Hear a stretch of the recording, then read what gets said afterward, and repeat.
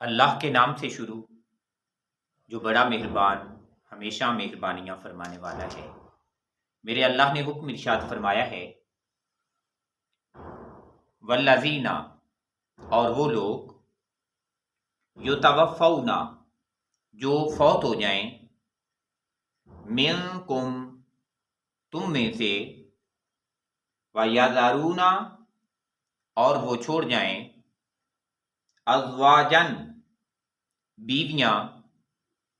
وصیتاً، تو فرمایا ضروری ہے کہ وہ وصیت کرے، لازواجہم، اپنی بیویوں کے لیے، متاعاً، مال کی، الی الحول، 1 سال کے لیے، غیر اخراج، اور جو ورثاء ہیں فرمایا وہ انہیں نکالیں بھی نہیں۔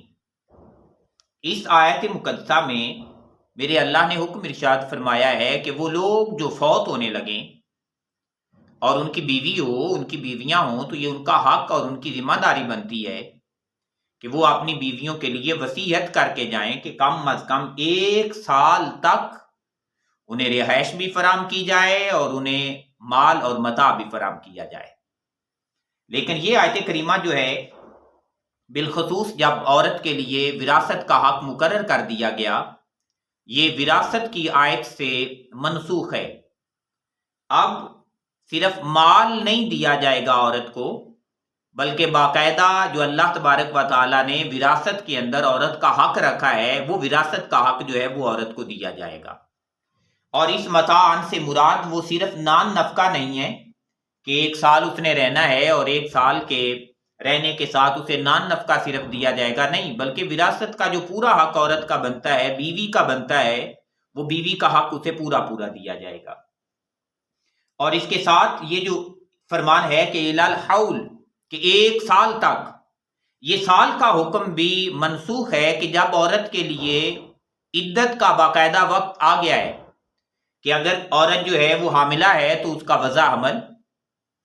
اور دوسری طرف اب وہ عورت جس کا خامد فوت ہو گیا ہے تو اس نے 4 ماہ اور 10 دن اپنے آپ کو روکے رکھنا ہے، تو وہ 4 ماہ اور 10 دن تک اپنے آپ کو زیب و زینت سے روک کے رکھے گی،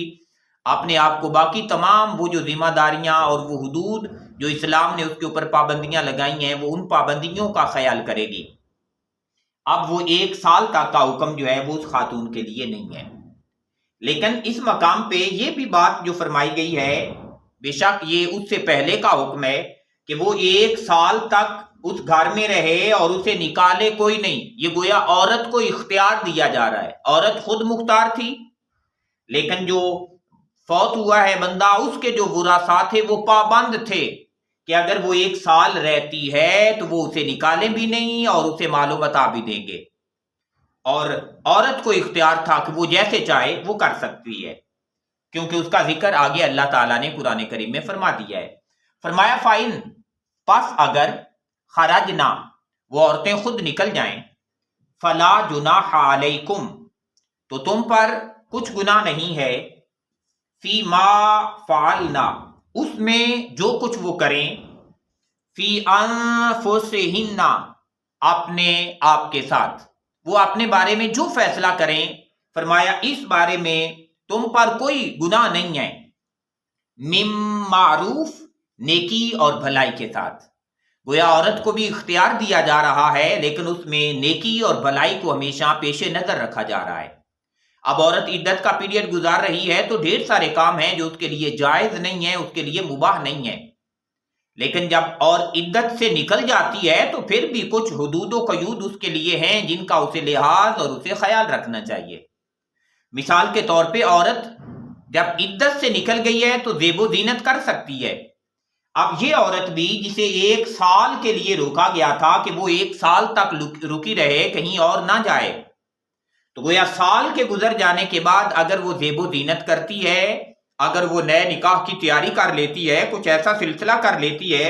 بھلائی کے ساتھ، نیکی کے ساتھ، تو فرمایا یہ اس کے لیے جائز ہے۔ اور آج بھی اگر عورت طلاق یافتہ ہے، طلاق کی عدت گزار رہی ہے، تو اس کے اندر بھی پابندیاں ہیں، عدت کی پابندیوں سے گزرے گی۔ مرد فوت ہو گیا ہے تو فوت ہو جانے کے بعد وہ جو سوگ میں زندگی گزار رہی ہے اس سوگ کی بھی کچھ پابندیاں ہیں، اس کی جو عدت ہے، اور لیکن جب سوگ گزر گیا ہے، عدت گزر گئی ہے، تو وہ پابندی اٹھی ہے۔ اس کا مطلب یہ نہیں ہو گیا کہ وہ بے حیا ہو جائے، نہیں، بلکہ ہمیشہ اپنے حیا کا خیال رکھے، اور اپنے حیا کا خیال رکھتے ہوئے اپنی دین اور شریعت کا خیال رکھے، اور دین اور شریعت جن کاموں کے کرنے کا حکم دیتا ہے وہ کرے۔ اور اگر وہ ایسا کچھ کر رہی ہے تو فرمایا فلا جناح علیکم، اے ورثاء تم پر پھر اس کا کوئی کسی قسم کا گناہ نہیں ہے۔ ساتھ ارشاد فرمایا واللہ، اور اللہ تبارک و تعالی عزیز، وہ بڑا غالب ہے، حکیم، اور وہ بڑی حکمتوں والا ہے، کیونکہ اس کا ہر حکم بے شمار حکمتیں اپنے اندر لیے ہوئے ہے۔ اللہ تبارک و تعالیٰ سے دعا ہے کہ میرا اللہ ہمیں وہ حکمتیں ہمیں بھی نصیب فرمائے، اور ہمیں اپنی زندگی کا لمحہ لمحہ اللہ کے احکام اور مصطفیٰ کریم صلی اللہ علیہ وآلہ وسلم کی سنت کے مطابق گزارنے کی توفیق عطا فرمائے۔ اللہم صلی علی سیدنا و مولانا محمد۔ اللہ